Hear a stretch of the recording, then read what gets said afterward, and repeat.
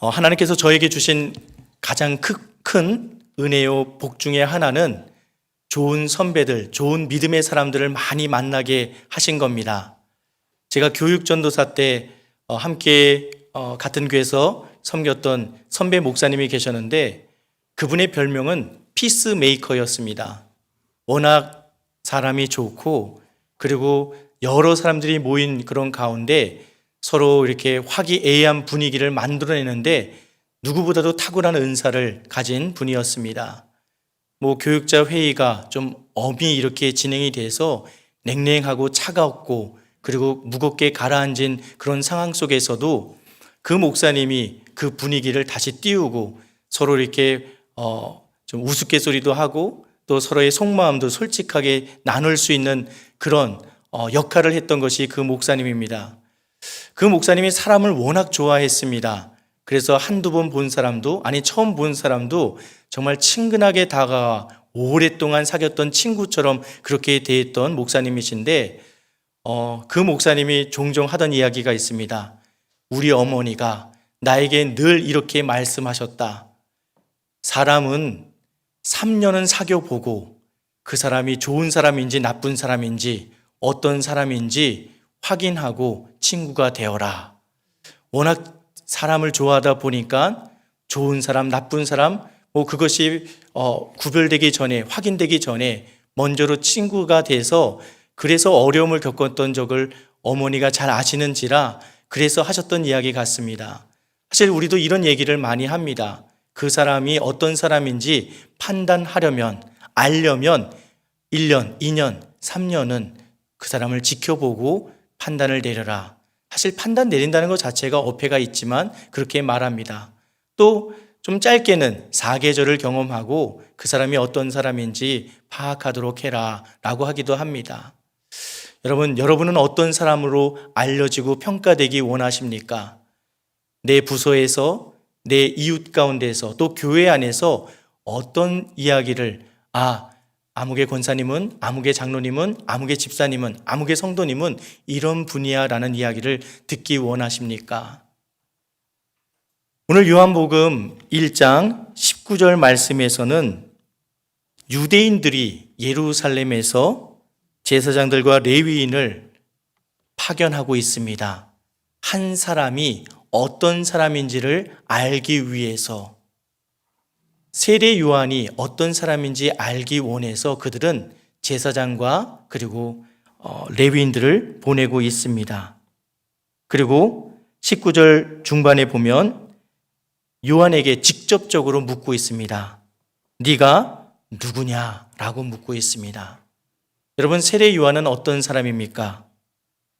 세례 요한에 대해서 성경은 여러 가지로 표현하고 있는데요. 마태복음 3장 4절 그리고 마가복음 1장 6절 말씀에서는 세례 요한의 외모에 대해서 이야기를 하고 있습니다. 이 요한은 낙타 털옷을 입고 허리에 가죽띠를 띠고 음식은 메뚜기와 석청이었더라 라고 말하고 있습니다. 우리가 어떤 한 사람이 어떤 사람인지를 대략 파악할 때는 그 사람이 사용하는 언어를 듣게 되면 이 사람이 배움이 깊은 사람인지 아니면 배움이 짧은 사람인지도 파악하게 됩니다. 얼마 전에 신방을 갔다가 한 권사님께 제가 이렇게 물어봤습니다. 권사님은 이곳 문경이 고향이 맞죠? 이곳 분이 맞죠? 제가 물어봤습니다. 그리고 제가 덧붙여서 얘기했습니다. 권사님의 억양을 들으니까 이곳 분인 게 분명한 것 같습니다. 제가 문경에 온 지 저희 가족이 4개월밖에 되지 않았는데 제 첫째 아들의 억양이 이 문경 분들과 좀 비슷해지고 있습니다. 그래서 참 대구에서 살았고 경남 사천 진주에서도 살았고 문경에서도 살았는데 이 아이가 나중에 어떤 사람, 어떤 억양을 가지게 될까 참 궁금합니다. 우리가 억양을 통해서도 이 분은 어디 분이다라고 이렇게 파악할 수도 있습니다. 또 옷차림이나 태도를 통해서도 우리는 그 사람이 어떤 사람인지 대략 파악할 수 있습니다. 옷을 잘 입느냐 못 입느냐가 아니라 어떤 경우에는 그분이 어떤 일을 하는지도 그 옷을 보고도 파악하기도 합니다. 태도를 통해서도 그분이 어떤 가정에서 어떤 환경에서 자랐고 또 이렇게 성장했는지도 이렇게 대략적으로 맞춰볼 수도 있습니다. 세례 요한은 낙타 털옷을 입었다고 합니다. 그리고 허리에 가죽띠를 띠고 그리고 그 음식은 메뚜기와 석청이었더라라고 말합니다. 그 음식이 참 검소합니다. 오늘날 기준으로 굉장히 자연식으로 정말 이게 그 유기농을 먹었네 이런 차원이 아니라 당시의 관점에서는 너무너무 검소한 음식이라고 할 수 있습니다. 옷 역시도 비단 옷이나 아니면 귀족이 입는 그런 옷이 아니라 채색 옷이 아니라 낙타 털옷을 입었다라고 말합니다. 누가복음 3장 7절에서 19절 말씀에서는 세례 요한이 많은 무리들 앞에서 전한 그 말씀, 그들에게 했던 그 메시지를 통해서 그가 어떤 사람인지에 대해서도 파악할 수가 있습니다. 누가복음 3장 7절 말씀은 이렇게 시작합니다. 세례 요한이 세례를 받으러 나온 무리에게 이르되 독사의 자식들아 누가 너희에게 일러 장차 올 진노를 피하라 하더냐. 많은 무리를 향해서 거침없이 독사의 자식들아 라고 외칩니다. 거기에 모였던 무리들 중에 어떤 이는 세리도 있었고 군인도 있었고 또 제사장과 레위인들도 귀족들도 섞여 있었습니다. 무리가 묻습니다. 우리가 무엇을 해야 임박한 진노 하나님의 그 나라에 대해서 대비하고 준비할 수 있습니까? 라고 물었을 때 무리들에게 말합니다. 옷 두 벌 있는 자는 옷 없는 자에게 나눠줄 것이고 먹을 것이 있는 자도 그렇게 할 것이다. 세리들도 묻습니다. 당시에 죄인 취급당했던 세리들 역시도 그 자리에 와서 요한에게 묻습니다. 선생님이여 우리는 무엇을 해야 됩니까? 이르되 부과된 것 외에 거두지 말라. 군인들도 묻습니다. 우리는 무엇을 하리이까? 그러자 사람들에게 강탈하지 말며 거짓으로 고발하지 말고 받는 급료를 족한 줄로 알라 하니라.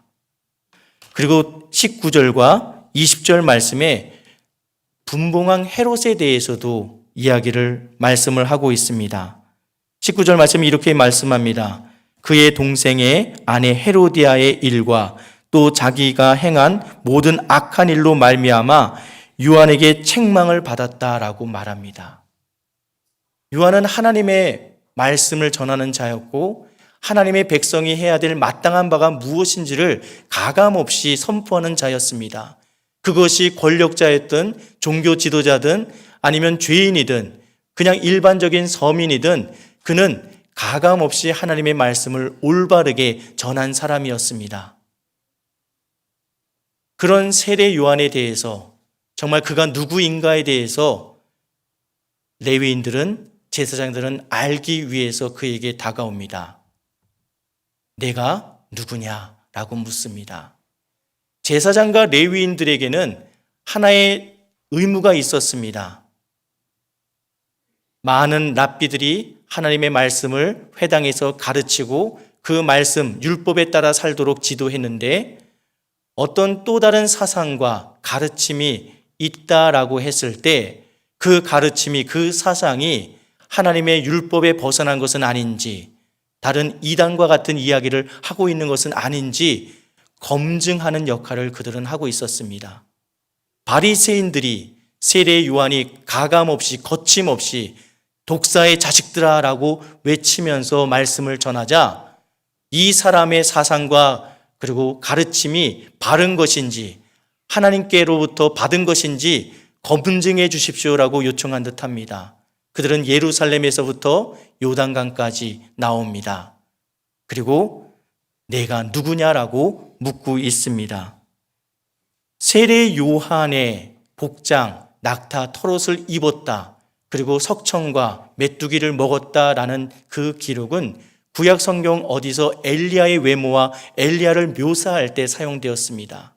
흡사 엘리야 선지자와 너무너무 닮았기 때문에 그들은 네가 엘리야냐라고 묻고 있습니다.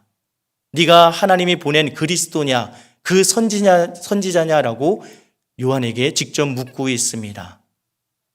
그들은 요한이 어떤 인물이고 그가 가르치는 사상과 가르침이 어디서 비롯된 것인지를 알기 원합니다.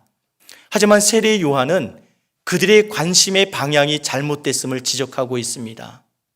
내가 누구인지를 아는 것이 중요한 것이 아니라 내가 전하는 메시지를 통해서 여러분들이 분명히 알아야 될 사람이 누구인지에 대해서 그는 알기 원했습니다. 전하기 원했습니다. 세례 요한은 분명하게 대답합니다. 네가 그리스도냐라고 했을 때 아닙니다. 엘리야냐? 아니다. 그 선지자냐? 아니다라고 대답합니다. 그러자 그들은 발끈합니다. 네가 그리스도도 아니고 엘리야도 아니고 선지자도 아니라고 하는데 그러면 네가 어떻게 어떤 권위를 가지고 어떤 이유로 세례를 베풀고 있느냐라고 묻고 있습니다. 여러분, 세례라고 했을 때 당시에 에세네파라는 유대교의 엄격하고 수도적인 생활을 하고 있던 한 분파가 있었습니다.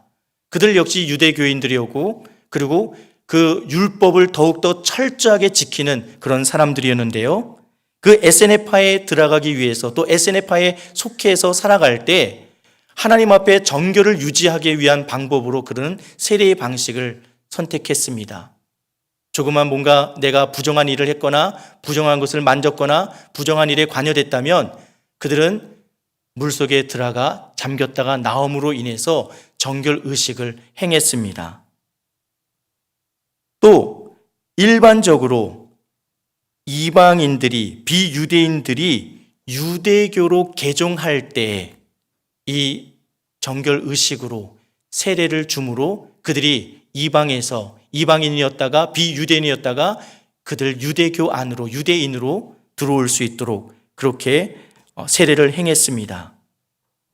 바리새인들이 네가 어찌하여 그렇다면 우리에게 세례를 베풀고 있느냐라는 질문 속에서는 이방인이 하나님의 백성으로 들어오기 위해서 개종하기 위해서 행했던 세례를 우리가 하나님의 백성으로 받은 선민인데 백성인데 어떤 연유로 어떤 이유로 우리에게 세례를 또 베풀고 있느냐라고 묻고 있는 겁니다. 하지만 세례 요한은 그들의 직접적인 질문에 뭔가 다른 방향으로 답변을 하고 있습니다. 26절과 27절 말씀에 보면 나는 물로 세례를 베풀거니와 내 뒤에 오시는 분은 내가 그의 신발끈을 묶을 수도 없을 만큼 권위 있고 높은 분이시고 그리고 내가 와서 31절 말씀에 보면 내가 와서 물로 세례를 베푸는 것은 그를 이스라엘에 나타내려 함이라 라고 말씀합니다. 그가 요단 강가에서 던졌던 메시지, 거침없이 내뱉었던 그 말씀들, 베풀었던 회개의 세례, 그 모든 것이 내 뒤에 오실 한 사람, 한 분을 내가 나타내기 위해서 행한 것이다 라고 말씀하고 있습니다. 제사장과 레위인은 바리새인들은 세례 요한의 정체가 궁금했습니다. 그가 어떤 권위로 세례를 베풀고 그리고 어떤 이유로 거침없이 메시지를 전하고 있는가. 하지만 세례 요한은 자신에게 향한 관심, 자신에 대한 궁금함이 자신에게로 그치는 것이 아니라 그들의 궁금함과 그들의 방향을 한 분 예수 그리스도께 돌리고 있습니다. 29절 말씀에 보면 우리 29절 말씀 같이 한번 읽어보도록 하겠습니다. 이튿날 요한이 예수께서 자기에게 나아오심을 보고 이르되 보라 세상죄를 지고 가는 하나님의 어린 양이로다. 예수님께서 요단강가의 세례를 받기 위해서 다가오셨습니다.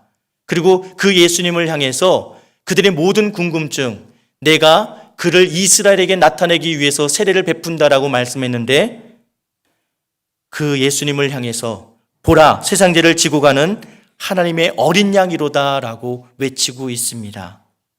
사실 하나님의 어린 양이다라고 했을 때 이 표현을 가지고 많은 신학자들은 이 표현이 무엇을 가리키는 거다, 어떤 것을 염두에 두고 표현한 것이다라고 많은 강론들이 있습니다.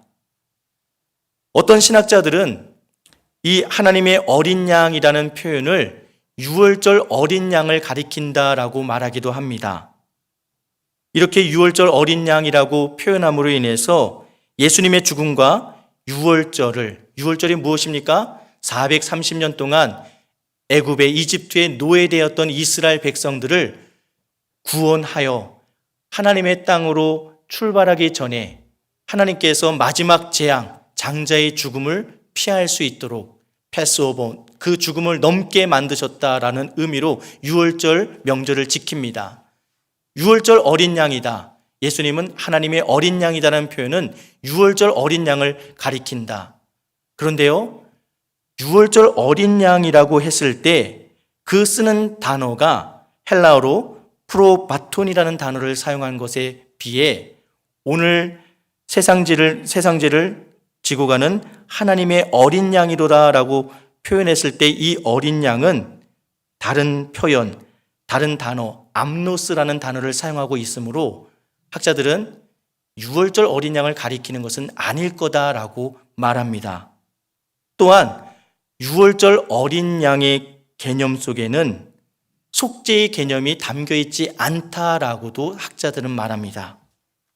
또 어떤 학자들은 고난받는 종으로서의 개념을 떠올리게 만들기 위해서 하나님의 어린 양이라고 표현한 것이 아니냐라고 말합니다. 이사야서 53장 7절 말씀을 보면은요, 메시아 곧 하나님의 종이 어린 양처럼 도살장으로 끌려가는 예언을 하고 있습니다. 예수님이 십자가에 못 박히기 위해서 불법적인 재판을 받는 과정, 거기서 자신을 변론하지 않고 침묵하는 모습, 그것을 도살장에 끌려가는 어린 양으로 이사야서 53장에서는 묘사하고 있는데요, 그 도살장에 끌려가는 고난받는 종으로서의 예수님을 보여주기 위해서 하나님의 어린 양이라고 표현한다라고 말합니다. 하지만 또 이것에 대한 반대 목소리를 내는 것은, 그러면 고난받는 종이라고 직접적으로 표현하지 않고 왜 어린 양이라는 표현을 썼느냐라고 또 반론을 하는 사람들도 있습니다. 하지만 여러 학자들의 말이 이것이다 저것이다라고 말하고 있지만, 저는 솔직히 그냥 한 사람의 목회자로서 또 그리스도인으로서 이 말씀을 읽을 때 그냥 예수 그리스도를 가리키는 거 아닌가, 사실 그것만 알아도 되는 것은 아닌가라는 좀 생각을 해봅니다. 세례 요한은 그 앞에 다가오시는 예수님을 가리켜서 모든 사람들, 여기 모이는 모든 사람들, 내가 누구인지를 묻고 있는 여러분들 역시도 나를 주목하지 말고, 나를 바라보지 말고 저 예수님을 바라보십시오. 저분이 하나님께서 보내신 우리를 구원할 메시아입니다 라고 외치고 있는 것입니다. 그리고 31절에 조금 전에 말씀을 드렸지만, 내가 와서 물로 세례를 베푸는 것은 그를 이스라엘에게 나타내려 함이라 라고 하므로 그가 세례를 베푸는 이유에 대해서 말씀하고 있습니다. 이스라엘 백성들은 구약 성경을 통해서 하나님께서 약속하신 메시아에 대해서 끊임없이 기다리고 소망하고 또 기다렸습니다. 그들은 지금 로마 제국의 식민 지배를 받고 있는 상황입니다. 로마 제국이 그들의 종교를 그들에게 강요하고 있지는 않지만 하나님의 백성이, 하나님께 선택받은 선민이 어찌 이방인들의 지배를 받고 있는지에 대해서 이해하지 못하고 용납하지 못하고, 하나님 이 상황을 빨리 회복시켜 주십시오. 그리고 칼을 품고 다니며 로마의 앞잡이를 노릇을 하는 사람들이나 로마 제국과 관련된 사람들을 상해를 입히거나 죽였던 그런 열심 당원들까지도 그 당시에는 활동했습니다. 하지만 그런 상황 속에서 여러분이 기대하고 소망하고 또 기다렸던 분이 바로 저분, 하나님의 어린 양, 하나님께서 약속하신 메시아입니다 라고 예수님을 소개하고 있습니다. 어쩌면 그 당시의 사람들은 어떻게 저 사람이 메시아인 줄 아느냐, 어떻게 저분이 하나님의 약속하신 구원자라고 확신할 수 있느냐라고 했을 때 세례 요한은 분명하게 말합니다. 32절 말씀 같이 한번 읽어보도록 하겠습니다. 32절 말씀입니다. 요한이 또 증언하여 이르되 내가 봄에 성령이 비둘기같이 하늘로부터 내려와서 그의 위에 머물렀더라. 저는 솔직히 궁금한 것이 예수님께서 세례를 받자 하늘에서 하나님의 음성이 들립니다. 성령이 비둘기처럼 예수님 가운데 임재합니다. 그것을 거기에 모여있던 모든 사람이 보았을까? 하나님의 그 음성을 모든 사람이 들었을까? 사실 참 그 부분이 참 궁금합니다. 사실 그것도 여러 가지 신학자들이 논쟁하고 있는 부분이기도 합니다. 하지만 세례 요한에게는 분명하게 들렸습니다. 분명하게 보였습니다. 왜냐하면 우리 33절 말씀에 나도 그를 알지 못하였으나 나를 보내어 물로 세례를 베풀라 하신 그이가 하나님께서 나에게 말씀하시되 성령이 내려서 누구 위에든지 머무는 것을 보거든 그가 곧 성령으로 세례를 베푸는 이인 줄 알라 하셨기에 하나님의 말씀을 그는 이미 들었기 때문에 예수님이 그에게 다가와 세례를 요청하고 세례를 받는 그 순간에 성령 하나님의 임재하심을 또 하나님의 음성을 세례 요한은 들었습니다. 그리고 확신했습니다. 내가 지금 이 순간까지 내가 이 광야에 나와 사람들에게 회개의 세례를 베풀고 회개하라 외쳤던 이유가 바로 이분을 예배하기 위한 것이다라고 말씀하고 있습니다. 세례 요한은 그 제자들에게 또 무리들에게도 말합니다. 내가 죽어야 되고 나는 그리고 예수님은 더욱더 부각되어야 될 것에 대해서 말씀하고 있습니다. 우리는 어떤 평판을 듣고 살아가고 있습니까? 어떤 평가를 듣기 원합니까? 얼마 전에 제가 에베네셀 부서에서 설교를 할 때도 잠깐 이야기했지만 저도 처음 겪는 경험이기 때문에 조금 혼란을 겪었습니다. 저는 목사이기 이전에 남편이기 이전에 아빠이기 이전에 아들과 동생이기 이전에 저는 그리스도인으로 부름받았습니다. 하나님은 저를 그리스도인이라 말씀하십니다. 그리고 제가 그리스도인으로 살아갈 때 하나님께서 어떤 역할로 살기를 원하셨냐면 목회자로, 한 아내의 남편으로, 또 세 자녀의 아빠로 살기를 원하십니다. 저는 그리스도인 아빠로서 정말 아이들에게 예수님이 어떤 분이신지, 예수님이 원하는 삶이 어떤 것인지를 보여주고 알려주기 원합니다. 그런데요, 오늘 유년부와 초등부회가 친구 초청 주일로 보냈습니다. 그리고 친구 초청 주일을 맞이하기 위해서 유년부와 초등부는 여러 준비를 했습니다. 우리 아이들을 통해서 전도지가 또 전도 선물이 나가도록 그 아이들에게 선물을 쥐어주고 나눠주라고 했습니다. 내 아이의 교회 가방 안에 3주 동안 선물을 주셨는데 3주치 선물이 쌓여갔습니다. 내 아들이 뭘 안 한 겁니까? 전달을 안 했습니다. 배달 사고가 났습니다. 제가 물었습니다. 아들아, 왜 전달하지 않았냐? 왜 주지 않았냐? 아빠 쉬는 시간이 5분밖에 되지 않아서 화장실 갔다 오면 전달해 줄 시간이 없었어. 여러분, 이게 말이 되는 변명입니까? 있을 수 없는 변명입니다. 그래, 알았어. 그래, 알았어. 하고 지나가다가 제가 따로 시간을 내서 아들한테 진작에 물었습니다. 너 정말로 시간이 없어서 안 준 거야? 아니면 다른 이유가 있어? 혹시 이 전달하는 게 부끄러워? 아들이 얘기합니다. 부끄럽진 않은데 이 선물 줘서 내가 교회 다니는 거 친구들이 알면 놀릴까 봐. 그렇구나. 그럴 수도 있지 않습니까? 그런데 일주일에 2번씩 제가 학교 앞에 나가서 전도를 합니다. 사탕과 전도지를 친구들한테 나눠줍니다. 제 아들이 다니는 학교도 나갑니다. 끝날 시간에 맞춰서. 제 아들을 봅니다. 아빠! 하고 달려와서 너 잠깐만 기다려. 전도 다 끝나고 내가 데려다 줄게. 얘기를 합니다. 제 아들이 제 옆에서 딱 바짝 붙어서 기다릴까요? 제가 안 보이는데 멀찍이 가서 전도지와 사탕과 이 전도 물품을 나눠주고 있는 동안 저기 멀리 벗어나 있더라고요. 제가 그래서 다시 한번 물었습니다. 그러면 아빠가 너희 학교 앞에 나가서 전도지 나눠주고 하는 것 부끄럽겠네? 쑥스럽겠네? 아들이 말합니다. 아빠가 참 좋지만 아빠가 목사인 게 부끄러워.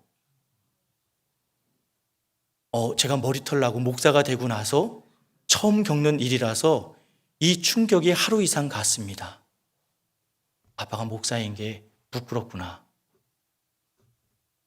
어떡하지? 지금은 회복이 됐습니다. 그래서 이제는 좋은 아빠뿐만 아니라 내 아이에게 좋은 목사가 되어야 되겠구나. 좋은 목사로서의 모습도 보여주겠구나라는 생각을 합니다. 내 자녀가, 내 아내가, 내 부모님이, 내 주변의 많은 사람들이 저를 바라봅니다.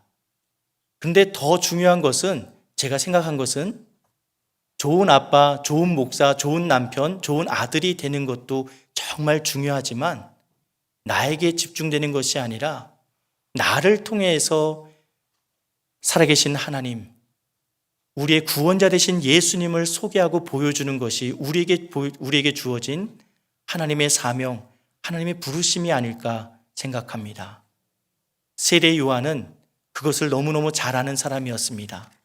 내가 어떤 사람으로 평가되는 것이 중요한 것이 아니라 내가 내 외모가 엘리야처럼 보일지라도 그것이 중요한 것이 아니라 많은 사람들이 나를 그리스도라고 여기는데 정말 그것은 위험한 생각이고 진정한 그리스도, 하나님께서 보내주신 분은 바로 저분이고 여러분 모두는 저분을 따라야 됩니다. 저분을 믿어야 됩니다라고 그는 외치고 있습니다. 우리가 매달 한 번씩 선교 헌신 예배를 우리가 하나님께 드리고 있습니다. 하나님께서는 우리 한 사람 한 사람을 복음 증거자로, 증인으로, 목격자로 부르셨습니다. 여러분 어떤 모습을, 어떤 평판을 사람들에게 보여주고 들려주기 원합니까? 내가 좋은 사람이기를 듣기 원합니까? 나는 죽고 오직 내 안에 살아계신 그 주님을 증거하고 더 높일 수 있는 그런 선포자의 삶, 광야에 외치는 자의 소리가 될 수 있기를 주님의 이름으로 축원합니다.